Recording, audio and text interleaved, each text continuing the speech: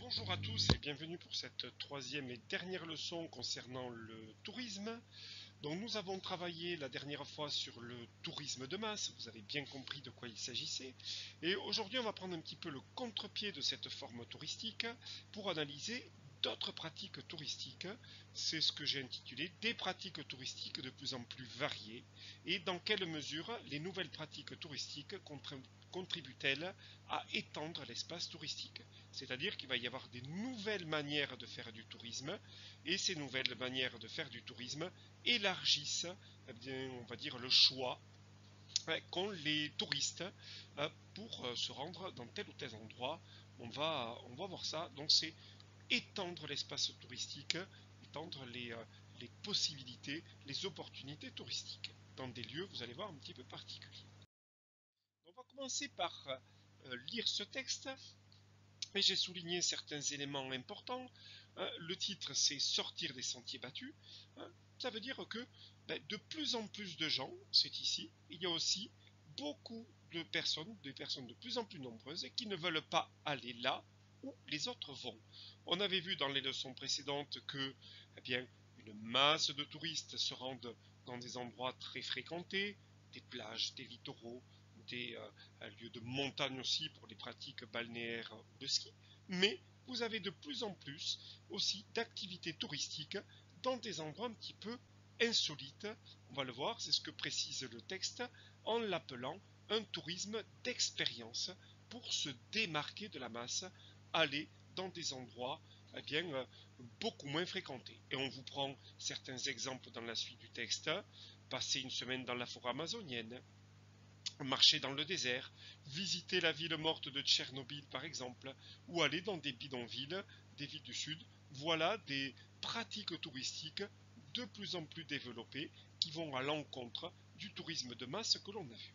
Alors pourquoi ces pratiques se développent? On va le noter dans la trace écrite, parce qu'on se rend compte que les pratiques de tourisme de masse sont quelquefois incompatibles, ne vont pas avec la préservation de l'environnement et des êtres humains comme on l'avait vu. Donc certains touristes disent on va aller dans des endroits où on va faire un acte un petit peu social, un acte environnemental et sans embêter les autres et sans détériorer l'environnement, pratiquer un tourisme on va dire un petit peu citoyen. C'est ce qu'on va pouvoir noter. Le tourisme de masse est au cœur de ce qu'on appelle des conflits d'usage, c'est-à-dire qui vont à l'encontre de certains territoires ou de certaines personnes. Ce tourisme de masse est accusé de porter atteinte à l'environnement ou aux populations locales. On l'avait vu la dernière fois. C'est pourquoi les tours opérateurs, c'est-à-dire ceux qui organisent les voyages, proposent de nouvelles formes de tourisme. On va le voir, tourisme vert, solidaire, écotourisme, ou dans de nouveaux espaces à découvrir, des régions difficiles d'accès ou dangereuses. Donc, ce qu'on appelle le conflit d'usage, c'est un mot très important en géographie. C'est lorsqu'un territoire est occupé par deux types de populations aux intérêts différents. Donc, dans le cadre du tourisme, un conflit peut opposer les vacanciers aux résidents. C'est ça le conflit d'usage, c'est que les intérêts des uns ne vont pas forcément avec les intérêts des autres. Vous vous doutez bien que quand on va, par exemple, faire du tourisme balnéaire au bord de la mer, on embête aussi, oui, on embête aussi les populations locales, et il faut trouver un équilibre entre l'activité touristique et le respect des populations locales. Et quelquefois, ça bloque, c'est ce qu'on appelle ces conflits d'usage ici. On va voir quelles sont ces différentes pratiques touristiques qui vont à l'encontre, qui sont opposées, j'allais dire, qui sont différentes plutôt du tourisme de masse que l'on avait vu précédemment. Alors, première activité et lieu touristique, c'est visiter des lieux de mémoire. Vous avez ici l'exemple du site d'Auschwitz en Pologne. On travaillera sur Auschwitz l'année prochaine en troisième puisque c'est au programme. Mais pour faire très simple et rapide, Auschwitz est un camp de concentration, un camp d'extermination où des millions de juifs entre 1940 et 1945 ont été tués, ont été assassinés. Aujourd'hui, ce camp est extrêmement visité. Vous avez beaucoup de touristes qui vont visiter ce camp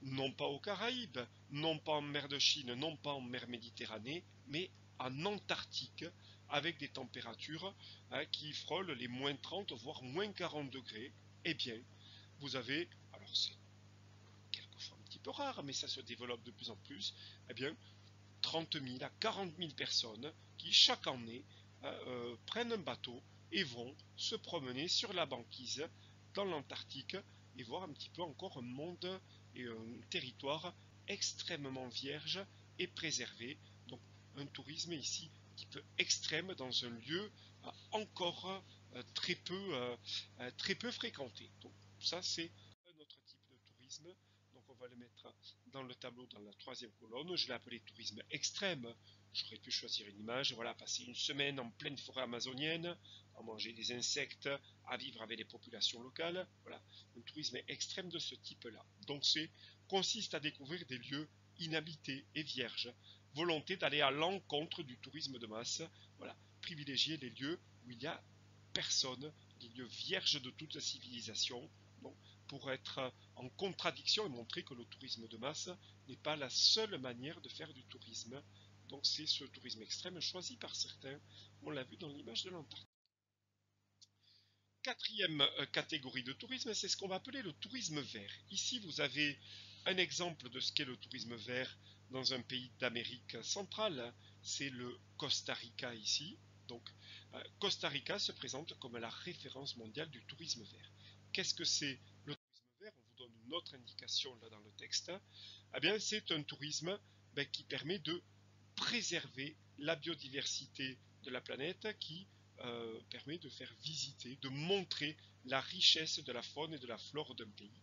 Et cette activité touristique, pour le Costa Rica, représente 7% du PIB. Ça veut dire 7% de la richesse, et une richesse tirée de ce tourisme à la découverte des ressources de ce pays, des ressources naturelles de ce pays. Et cet argent ici généré par ce tourisme permet d'être réinvesti pour la préservation de la nature.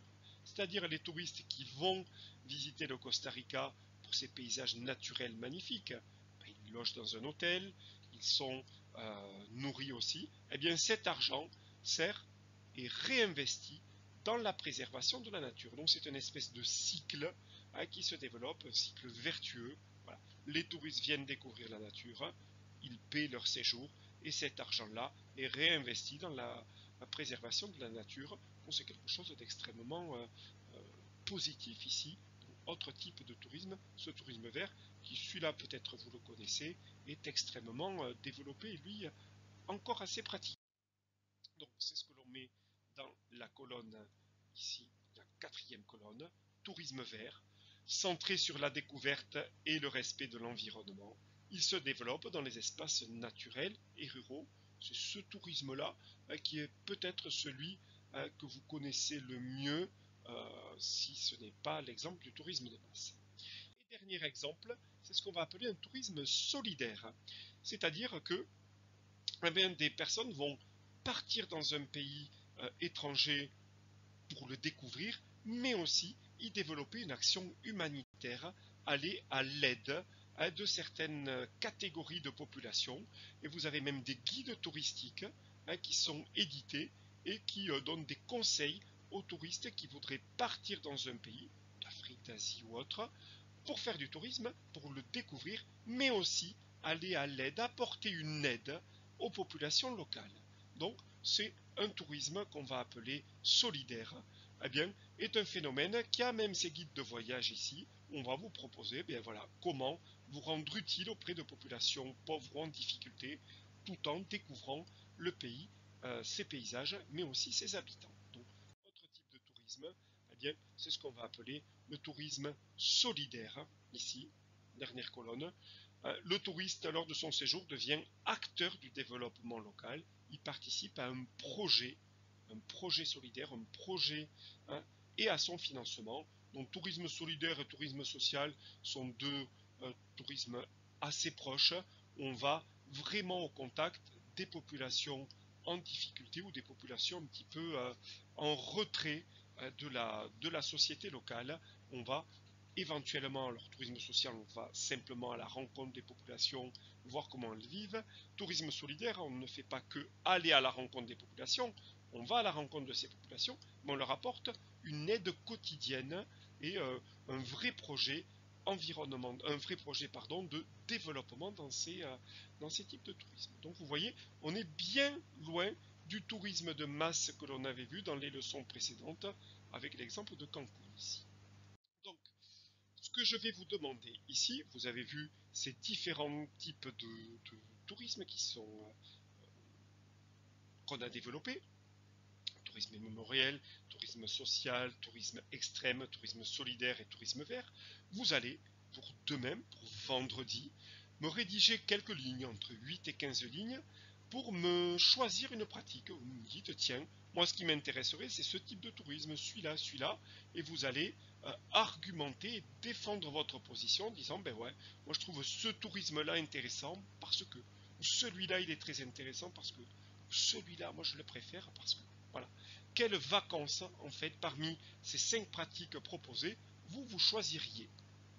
Voilà. Et vous argumentez votre position. Ça, c'est à m'envoyer.